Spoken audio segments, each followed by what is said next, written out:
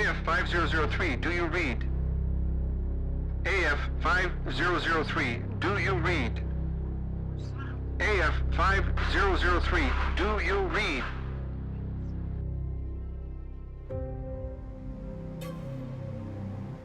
Right in front of me here is the exact location where the victims of this tragic accident spent their last moments alive. It's been 70 years and it's said that some of the remains from this accident can still be found scattered along the mountainside. So our mission today is to reach the site and piece together exactly how this story unfolded.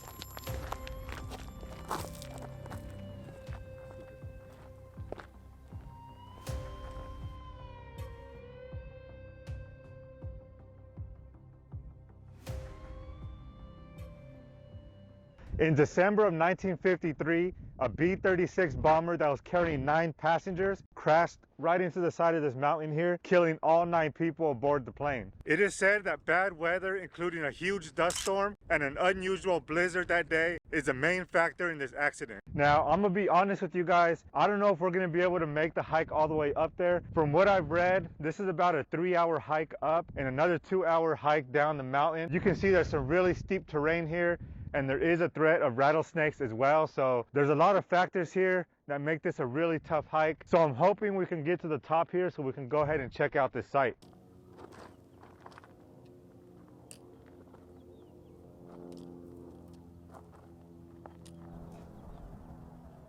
So it all began on December 11th, 1953, when this B-36 bomber was on a routine ferry mission from the Air Command Base in Fort Worth, Texas, to the Air Command Base here at Fort Bliss in El Paso, Texas.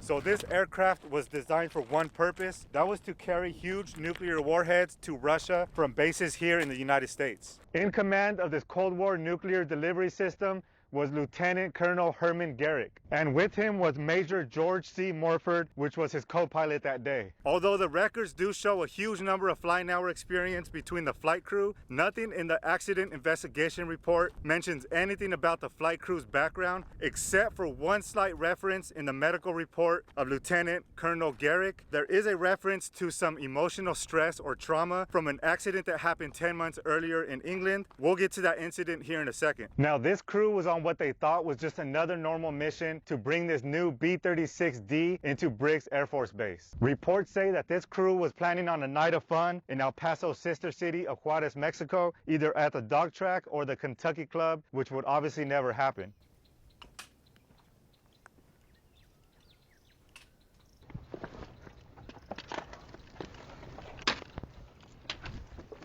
This is definitely not an easy hike so far. We came all the way up the rocks there.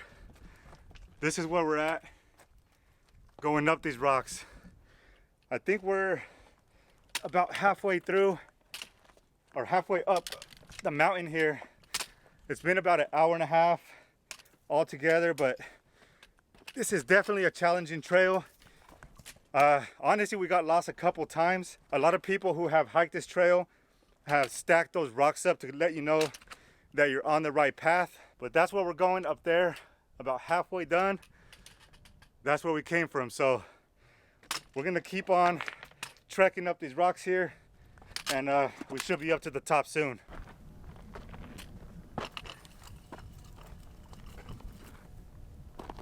All right, we had to make a quick stop here. We're almost to the top, but we saw this piece here. This very well could be a piece to the aircraft. Not sure what that is, but I thought we'd stop and take a look just in case. But we're almost there. We're gonna continue the story here in a second. Oh man. Oh, all right, almost there. I think I underestimated how tough this trail was. My legs are starting to feel like jello, and we still have a lot of uphill climbing to do. Thank God for these trekking poles that I picked up. These things being a lifesaver. Gotta keep going. All right, and I think this is a good resting spot. Ugh. I'm out of energy here. I did bring some water. I have some snacks here as well. Sandwich, a couple bars. Time to refuel before we get to the top and check out what's going on up there. So like I said, this crew was headed to Juarez, Mexico. On that flight with them was the pilot's friend, First Sergeant Tullifer. Unfortunately, he decided to hitch a ride with them on that day. He would never get to see his daughter, who was born a month later in January 1954. Also on that flight was their friend, Airman First Class Edwin Howe.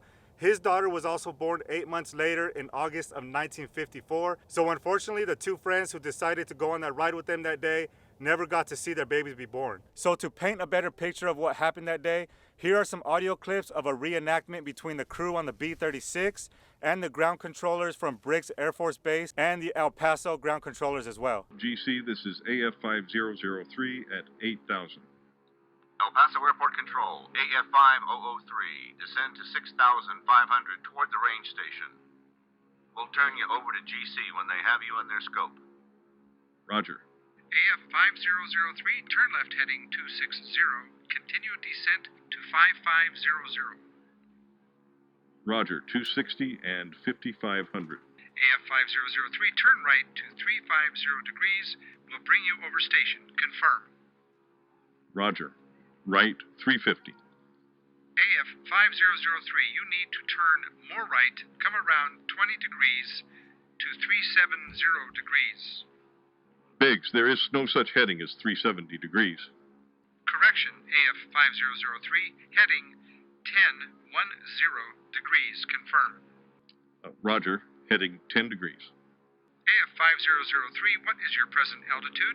5,000 feet. AF 5003, you have a mountain range nearby, height 7176, climb to 8,000, confirm. Roger, Biggs, climbing to 8,000 feet. AF 5003, do you read? AF 5003, do you read?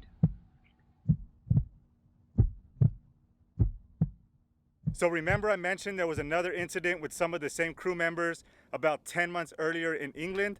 Here's what happened on that day and how that could have affected what happened on the day here in El Paso. So 10 months earlier in February of 1953, Lieutenant Colonel Garrick and some of the same crew was flying a B-36 over England, and after 3 failed attempts to land the aircraft from the ground control, he ran out of fuel, so he ordered his crew to bail out. So what he planned to do was run this out of fuel by putting it into cruise control and go ahead and slam this thing into the side of an English country hill. Ironically, there was a lot more fuel in the tanks than he initially anticipated. Luckily, this aircraft didn't crash into the city that was nearby. So obviously you can see how that could have had an impact on him trying to land the plane here in El Paso after some confusion with ground control here. So as I mentioned, there was a huge dust storm combined with an unusual blizzard the day of that mission that covered the whole mountainside here, which would have made it impossible to see.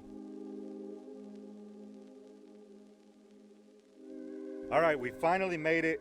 Right here is the final resting spot of that B-36 aircraft, along with the 9 passengers that were aboard the plane that day. This is crazy to see. We have some parts here right in front of us. I see some more stuff right up there. Now, there was an accident investigation report done about a month later. We're gonna get into all the details of what that included on our way down. But for now, here we are at the crash site. Let's go ahead and check this out and see what still remains up here 70 years later.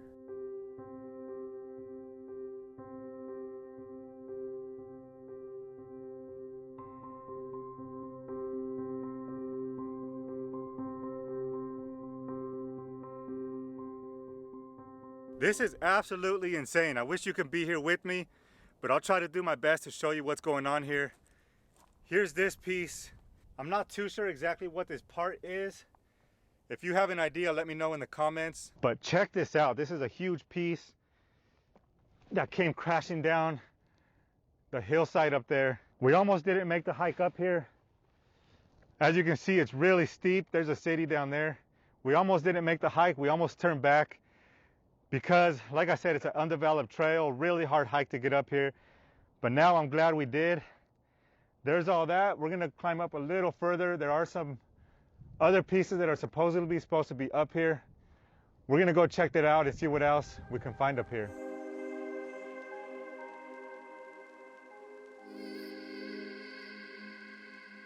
I had to climb up a bit more to check out what's going on up here. I'm glad I did because this is probably the best part up here. I have my phone. I'm gonna show you the footage with my phone here.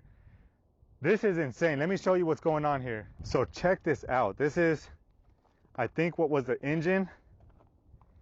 This is crazy to be up this close to it.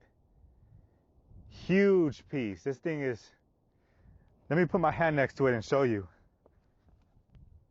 This is just a little piece that I'm touching here. Check this thing out. That is crazy. There's some more pieces right up here.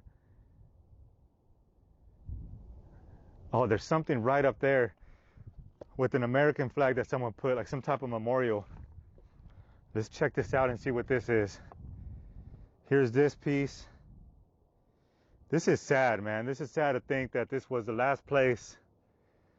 Not being able to see this mountain through the dust storm and through the blizzard, and coming out the other side just to see that mountain staring you in the face. Here is some more pieces here. Man.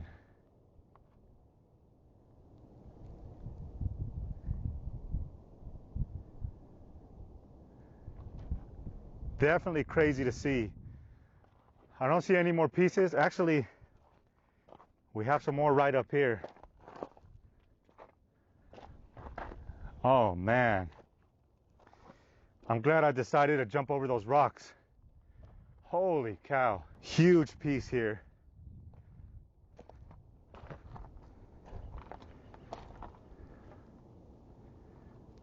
We got some little flags that people put up here.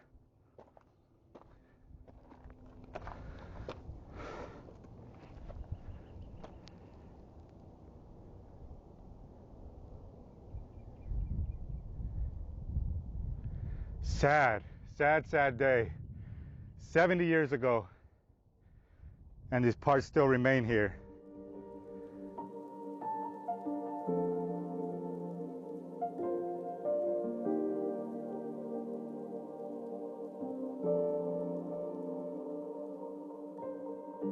We're making our way back down here. If we thought the uphill climb was hard, this downhill is twice as hard coming down. So taxing on your legs. But we'll go ahead and discuss the incident report that they concluded a month after this accident. We'll make our way down and we'll be all wrapped up here. So let's get started downhill, and hopefully we still have some legs after we get back down.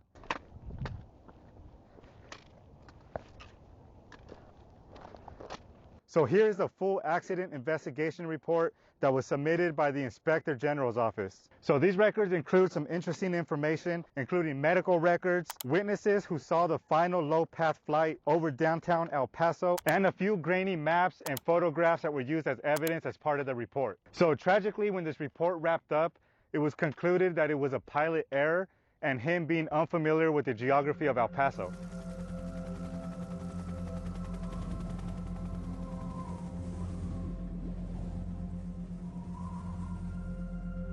Here are the names of all the crew members that were on the flight that day. First Lieutenant Kerry Fant, Master Sergeant Royal Freeman, Lieutenant Colonel Herman Garrick, First Lieutenant James Harvey, Airman First Class Edwin Howe, Major Douglas Miner, Major George Morford, Airman Second Class Frank Silvestri, and First Sergeant Dewey Tollifer. To learn more about the B-36 crash, you can contact the Franklin Mountain State Park or visit the War Eagles Air Museum.